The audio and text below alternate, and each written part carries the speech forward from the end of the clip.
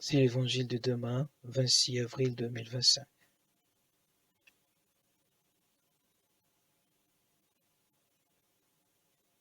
Évangile de Jésus-Christ selon saint Marc. Gloire à toi, Seigneur. Ressuscité le matin, le premier jour de la semaine, Jésus apparut d'abord à Marie-Madeleine, de laquelle il avait expulsé 7 démons. Celle-ci partit annoncer la nouvelle à ceux qui, ayant vécu avec lui, s'affligeaient et pleuraient. Quand ils attendirent que Jésus avait été vivant et qu'elle l'avait vu, ils refusèrent de croire.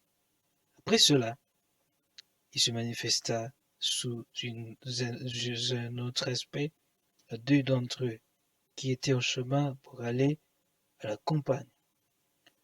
Ceux-ci revinrent l'annoncer aux autres, qui ne les crurent pas non plus. Enfin, il se manifesta aux 11 eux-mêmes pendant qu'ils étaient à table. Il leur reprocha leur manque de foi et la dureté de leur cœur, parce qu'ils n'avaient pas cru ceux qui l'avaient contemplé ressuscité. Puis il leur dit, proclamez, il leur dit, allez dans le monde entier, proclamez l'évangile à toute la nation, à toute la création. Acclamons la parole de Dieu. Louange à toi, Seigneur Jésus.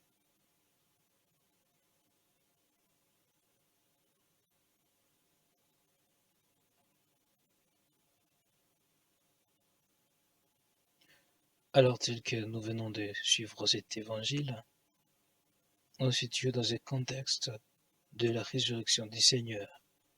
Un contexte où le Seigneur, celui qui a été mis à mort, celui qui a été accusé, celui qui a porté sa croix, celui qui est allé jusqu'au calvaire, va ressusciter. Il est ressuscité. Et voilà. Il y a le témoignage de Marie-Madeleine et les autres femmes qui sont allées au tombeau. Mais elles n'ont pas été crues. Leur témoignage n'est pas entré, n'a pas été acquis par les apôtres. Et voilà, le Seigneur a choisi encore d'apparaître, de se montrer à 2 disciples, ceux d'Emmaüs. C'est vraiment de ces 2 disciples que Marc est en train de parler. Mais le témoignage de ces 2 n'a pas été acquis non plus. Et alors, que faire? Que faire face à cette situation? Le Seigneur a réglé la question. Il est apparu lui-même à ses 11 et dans l'évangile d'aujourd'hui, vendredi, nous savons bien que le Seigneur leur a dit d'aller l'attendre à Galilée. Parce que c'est là qu'il avait commencé sa mission. C'est là qu'il avait commencé sa mission dans l'évangile de saint Marc. Et c'est là où la mission devra s'achever. L'achèvement de cette mission présentielle de Jésus, c'est effectivement l'ascension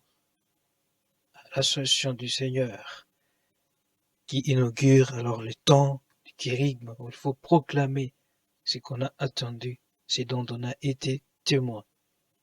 Et tel que nous avons suivi la lecture des Actes des Apôtres, nous avons compris tout de suite que Pierre, c'est lui le chef.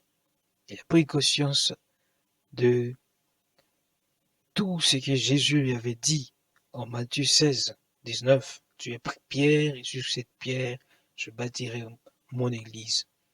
Et accompagné des gens, ils ont guéri les firmes de la belle porte.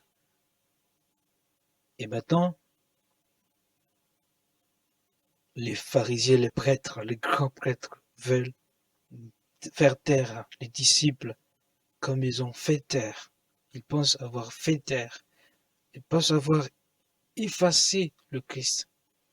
Ils essaient de le faire également pour ses disciples. Et Pierre et Jean vont répondre, non, il n'est pas possible pour nous d'abandonner la voie des dieux pour suivre la voie des hommes. C'est pas juste. Et le témoignage a continué parce que le fait était là. Le fait était vécu, était là, de telle sorte que on ne peut vraiment pas le nier. C'était devant la belle porte, devant tout le monde, que ses disciples avaient guéri l'infirme. Alors, rendons gloire à Dieu, lui qui nous aime. Rendons gloire à Dieu, lui qui nous a envoyé notre Seigneur Jésus-Christ, le ressuscité d'entre les morts, qui nous apprend que nous pourrons ressusciter, qui nous apprend que il y a cette faculté que le Seigneur a mise en chacun de nous, de pouvoir ressusciter, de pouvoir oublier tout ce qui ne marche pas aujourd'hui, de pouvoir se sortir pour aller avec lui. Alors, quel message finalement faut-il retenir aujourd'hui? Nous allons partir avec un message. Le voici. De la première lecture, c'est que des fois, nous oublions que nous avons reçu les dons divers de Dieu. Ou bien, quand nous osons témoigner, quand nous osons manifester que nous avons tel don, nous n'avons pas assez de confiance en nous-mêmes pour avancer. Et d'ailleurs, il y a des miracles, des actions de Dieu, des actions nettes, des vraies actions de Dieu qu'il a accomplies dans votre vie, dans ma vie, mais que je n'ai jamais proclamé. Le Seigneur veut que ce courage renaisse en chacun et chacune de nous. Peu importe les tribulations, peu importe, mais témoigner en fait de la bonté de Dieu, c'est pas facile humainement, mais c'est une proclamation de l'évangile. C'est la meilleure façon de proclamer l'évangile et c'est touchant. Oubliez tous ces effets qui pourraient être négatifs à votre endroit. Visez surtout la volonté de Dieu qui vous a fait merveille pour que vous soyez capable de témoigner de ces